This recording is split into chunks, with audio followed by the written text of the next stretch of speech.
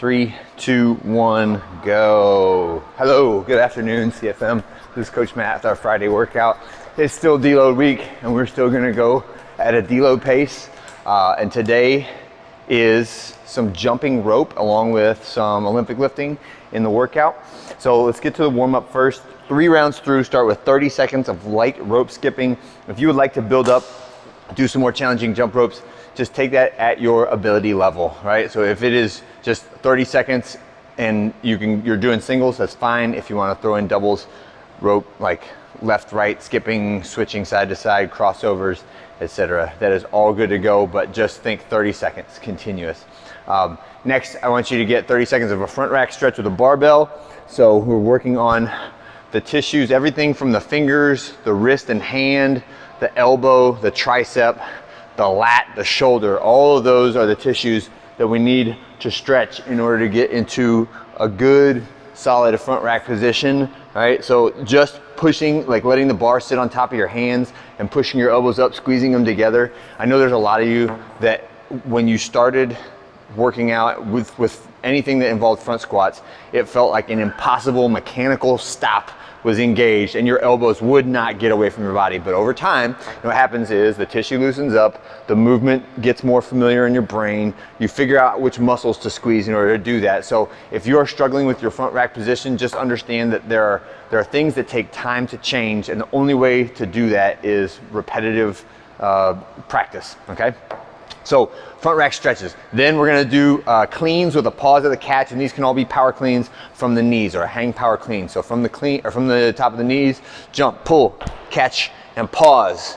I want you to freeze at that catching position with your knees bent, and then stand tall, and then reset. And that is just to really deeply ingrain the movement pattern of pulling yourself down underneath that moving weight to establish the real efficiency of the clean, which is using that momentary weightless float of the bar to pull yourself into a more stable and strong position underneath it. Next, we're gonna do Spider-Man stretch. So just lunge forward, let that back leg lay down, drive your elbow to the inside of that foot, and then plant both hands and try to straighten your legs out, okay? That is a combo glute and hamstring stretch. And then when we get through 3 rounds of that, progressively heavier on the cleans, we should be just about ready for the workout. This one, you could run it as a for time workout, or you could just run it as I'm just going through the motions, getting through all those reps. And when you take your time to really slow down and do those strict toes to bar, strict lying leg raises, 6 to 8 reps can take you a full minute if you're going as slow as you should be going, right? So my strict toes to bar, I want to make sure we're setting the shoulders, putting your body back behind your arms, and then in control, raising your legs up until your toes touch, and then in control, lowering back down. So there's no momentum, my feet didn't swing out behind me.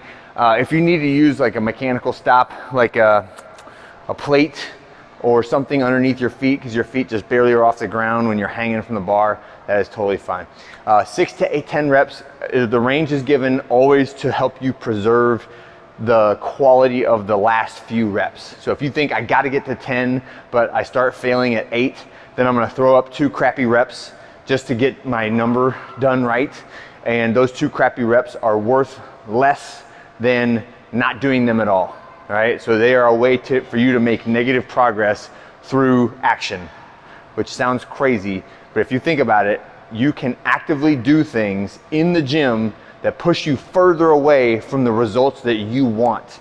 And a lot of times those actions that you take are in pursuit of following the program or just doing what's on the board, which is one of those things, like, you know, that is one of the phrases that I hate to hear is like, well, this workout has blank in it, so I can't do it. Or this, I hate this exercise, so when I look at it and see it on Sugar Water on the board, then I don't come. And those are ways that your mind gets in the way of you getting what you really want out of the process of training, okay? So think about that when you establish whatever your range is. Do not get emotionally connected to like the number 10 or the number 6 or anything, or the movement, anything like that. Just focus on the core movement pattern that is required to get it done correctly.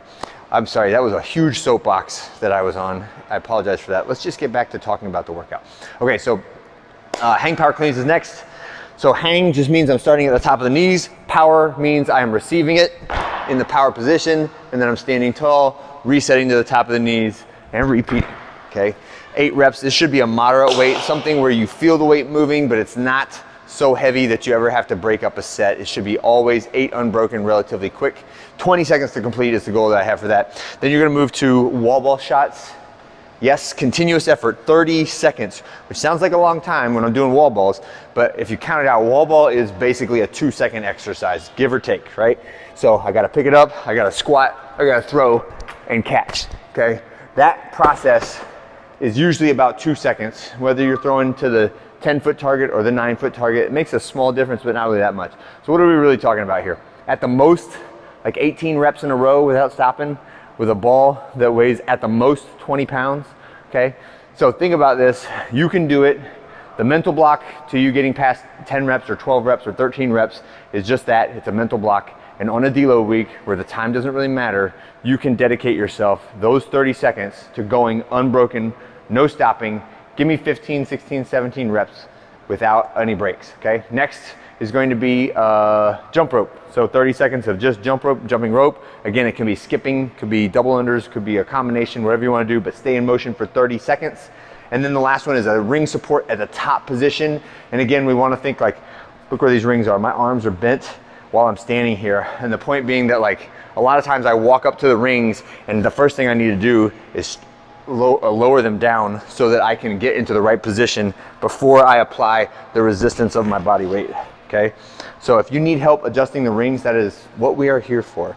A lot of times I have literally heard people say like, well, I didn't want to adjust the rings because I didn't want to have to call you over here to help me out. I'm like, you are paying me to do this for you, okay? So let me do my job of setting this up for you the right way. So now feet underneath the bar, hands in line with my body. I'm gonna get into that good packed shoulder position, thumbs turned out away from the center line, and then slowly pull my feet up off the ground.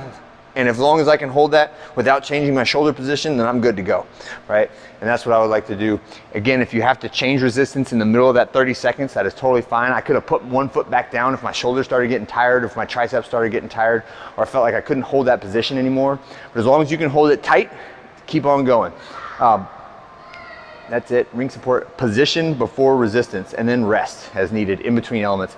The rest as needed, I would prefer it to be in between exercises as opposed to during the 30 seconds. I did a super hard 15-second hold and then had to rest for like a minute, and then I did the other 15 seconds. I would rather you do a really good quality 30-second hold at the appropriate resistance and then rest when the whole thing is done, okay? All right, that's it for today. That's a good Friday workout. I'll see you guys on Saturday.